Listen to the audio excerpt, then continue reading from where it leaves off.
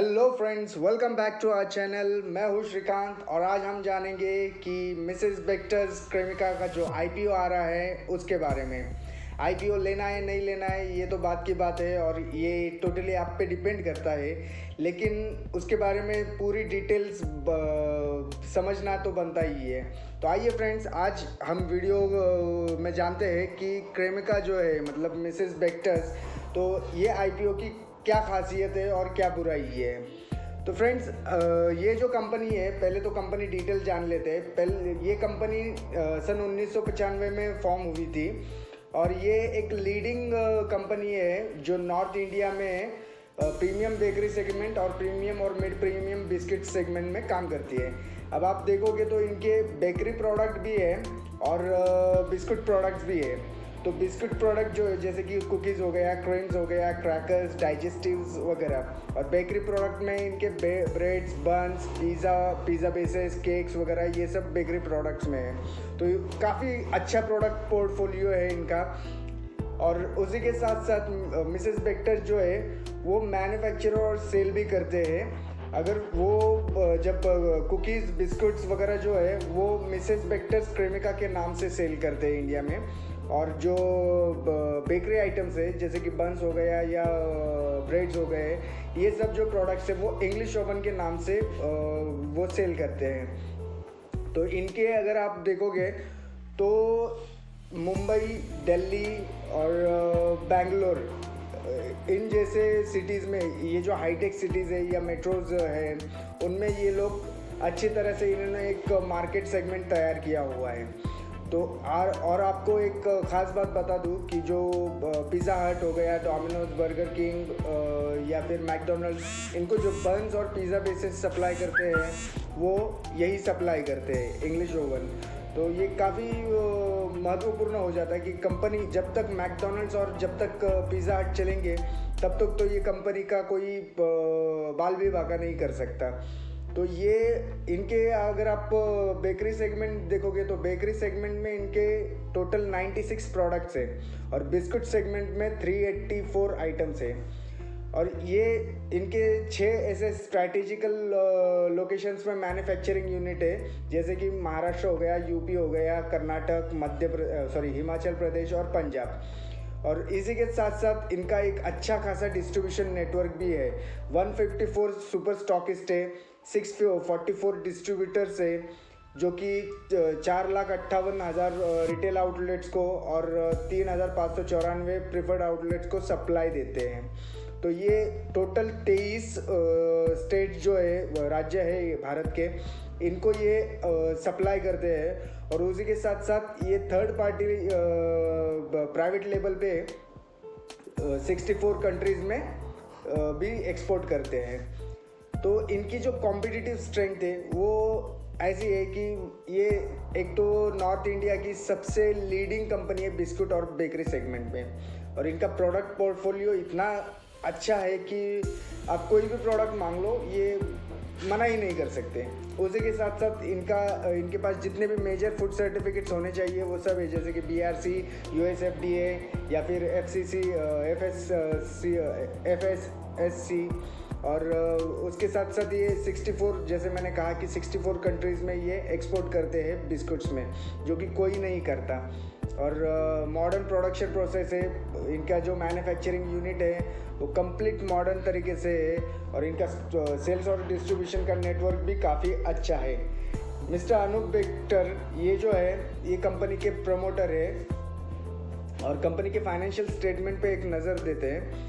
Company अभी तक आप देखोगे तो 2018 में 358 मिलियन और 2019 में 331 मिलियन और 2020 में 304 मिलियन।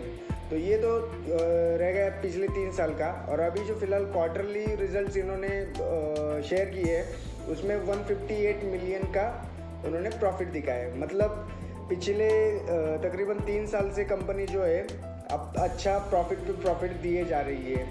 और इसके आगे भी आप देखोगे, अभी फ़िलहाल कोरोना ख़त्म हो गया है, मतलब ऐसा कह नहीं सकते कोरोना ख़त्म हो गया, लेकिन हाँ ठीक है, काफ़ी दिनों से लोग घर में बैठे हुए थे तो उनको कहीं पे तो मैकडोनल्ड्स और पिज़्ज़ा हट वगैरह की याद सता रही है तो लोग बाहर निकल रहे हैं, लोग खाने के लिए जा रहे हैं। तो अब आप देखोगे कि जैसे जैसे इनका सेल बढ़ेगा वैसे वैसे इनका भी सेल बढ़ जाएगा मिसेस बेक्टर्स का। तो अभी देखते हैं कि इनके ऑब्जेक्टिव्स क्या है ये आईपीओ लाने के लिए। तो इनका जो राजपुरा में प्रोजेक्ट चल रहा है, एक मैन्युफैक्चरिंग यूनिट बन रहा है जो कि बिस्कुट्स के लिए है, उसको फाइनेंस करने के लिए इनको ये आईपीओ ये फंड रेज करना है। और बाकी जो इनके जनरल कॉर्पोरेट पर्पस रहते हैं वो भी है। तो इसका आईपीओ का डिटेल हम जान लेते हैं। आईपीओ की डेट है 15 से लेकर 17 दिसंबर। जब विंडो वो ओपन होगी वो 15 दिसंबर को और विंडो क्लोज होगी 17 दिसंबर को। मतलब आप बीड करना स्टार्ट कर सकते हो 15 दिसंबर से, आईपीओ के लिए अप्लाई कर सकते हो और 17 दिसंबर तक आपको अप्लाई करना है। तो ये बुक बिल्ट इशू टाइप है आईपीओ का। और इसमें आप देखोगे तो टोटल 540 करोड़ का जो है इशू है। इसमें से 40.54 करोड़ का फ्रेश इशू है। और जो इनके ओएफएस है, मतलब जो क्या कहेंगे आप, इनके जो प्रीवियस इन्वेस्टर्स हैं वो जो उनके लॉट जो बेचना चाहते हैं आईपीओ थ्रू, वो है ओएफएस। तो ओएफएस जो है वो 500 करोड़ का है। मतलब टोटल 540 करोड़ के आसपास उनका आईपीओ का इशू है। उसी के साथ साथ इक्विटी शेयर की जो वैल्यू है वो 10 रुपये है। और आईपीओ प्राइस जो है वो इसी बैंड के दौरान रहेगी 286 से लेकर 288 रुपीज़ तक। और मार्केट लॉट जो है वो 50 शेयर्स का है। मतलब आपको मिनिमम 50 शेयर्स खरीदने ही है, ठीक है। 50 शेयर्स से कम आप खरीद नहीं सकते हो। एक लॉट आपका 50 शेयर्स का आ जाएगा। इनकी दोनों स्टॉक एक्सचेंज में लिस्टिंग है, एनएससी और बीएससी। आप चाहो तो एनएससी में खरीद लो, चाहो तो बीएससी में खरीद लो। अब इसकी जो टाइम टेबल है वो एक बार समझ लेते हैं। देखिए, जैसे मैंने बताया आईपीओ का जो बीड है वो ओपन होगा 15 दिसंबर को और क्लोज होगा 17 दिसंबर को, राइट। और जो अलॉटमेंट है, अलॉटमेंट का फाइनलाइजेशन होगा 22 दिसंबर को। आपका जो रिफंड है वो रिफंड इनिशिएट होगा 23 दिसंबर को। आपके डीमैट अकाउंट में शेयर्स आ जाएंगे 24 दिसंबर को। और आईपीओ का जो शेयर है वो स्टॉक एक्सचेंज पे लिस्ट होगा 28 दिसंबर को। तो ये सब जो डेट्स हैं वो ध्यान रखने लायक है। अब मैंने जैसे बताया कि एक लॉट जो है, एक लॉट 50 शेयर का है। तो ऐसे आप मिनिमम एक लॉट ले सकते हो या फिर मैक्सिमम 13 लॉट ले सकते हो। 13 लॉट मतलब 650 शेयर्स। तो उसकी एक लॉट की कीमत हो जाती है 14,400 और 13 लॉट की कीमत हो जाती है 1,87,200 रुपये। तो ये सब रिटेल इन्वेस्टर्स के लिए। तो रिटेल इन्वेस्टर्स अगर मतलब आपके जैसे और मेरे जैसे जो रिटेल इन्वेस्टर्स हैं वो कम से कम एक लॉट ले सकते हैं और ज़्यादा से ज़्यादा 13 लॉट ले सकते हैं। अब इसमें प्रमोटर्स की होल्डिंग जो है इशू करने से पहले 52.45% थी।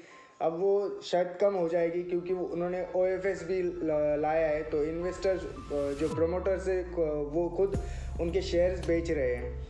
तो मिसेस बेक्टर जो है इनकी कॉन्टैक्ट्स इन्फॉर्मेशन कुछ इस तरह है।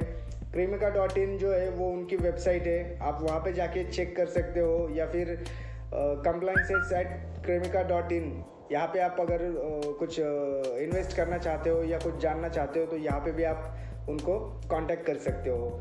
और ये जो है ये उनका कांटेक्ट नंबर है, आप वहाँ पे भी चाहो तो फ़ोन करके पूछ सकते हो।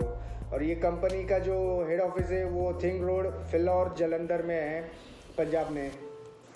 और इनकी जो आईपीओ के रजिस्ट्रार है वो है Link Intime India private limited.